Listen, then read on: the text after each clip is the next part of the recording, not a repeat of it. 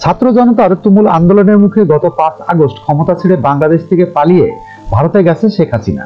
এই সাবেক প্রধানমন্ত্রী তখন থেকে ভারতের রাজধানী নয়াদিল্লিতে রয়েছেন। সেখানকার এক বাংলো থেকে প্রায়ই তিনি রাজনৈতিক বিভিন্ন বক্তব্য বিবৃতি দিচ্ছেন। এমন পরিস্থিতিতে শেখ হাসিনাকে ভারতে কিসের জন্য, কিসের ভিত্তিতে আশ্রয় দেওয়া হয়েছে তা নিয়ে প্রশ্ন উঠতে শুরু করেছে দেশটিতেই। দুদিন আগে এই প্রশ্ন তুলেছেন ভারতের সংসদের কয়েকজন সংসদ সদস্য। ঢাকা সফর থেকে ফেরার দুদিন পর গত বুধবার ভারতের পররাষ্ট্র সচিব বিক্রম মিশ্র দেশটির পররাষ্ট্র মন্ত্রণালয়ের সংসদীয় স্থায়ী কমিটির সঙ্গে বৈঠক করেন।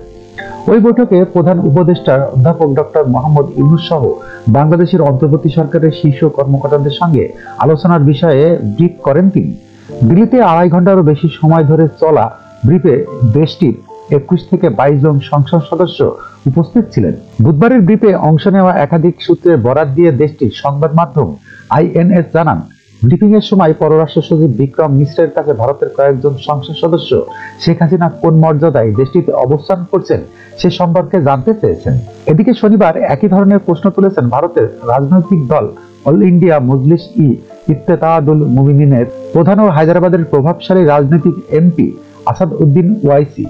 দেশটির সংসদের নিম্নকক্ষ লোকসভা এই সদস্য বাংলাদেশের কথিত সংখ্যালঘু ইস্যুতেও কথা বলেছেন। তিনি বলেছেন, বাংলাদেশের সংখ্যালঘুদের উপর হামলা ভারতীয় মুসলমানদের বিরুদ্ধে ঘৃণা ছড়ানোর জন্য ব্যবহার করা হচ্ছে।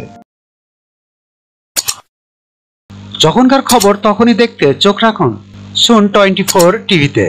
চ্যানেলটি সাবস্ক্রাইব করুন।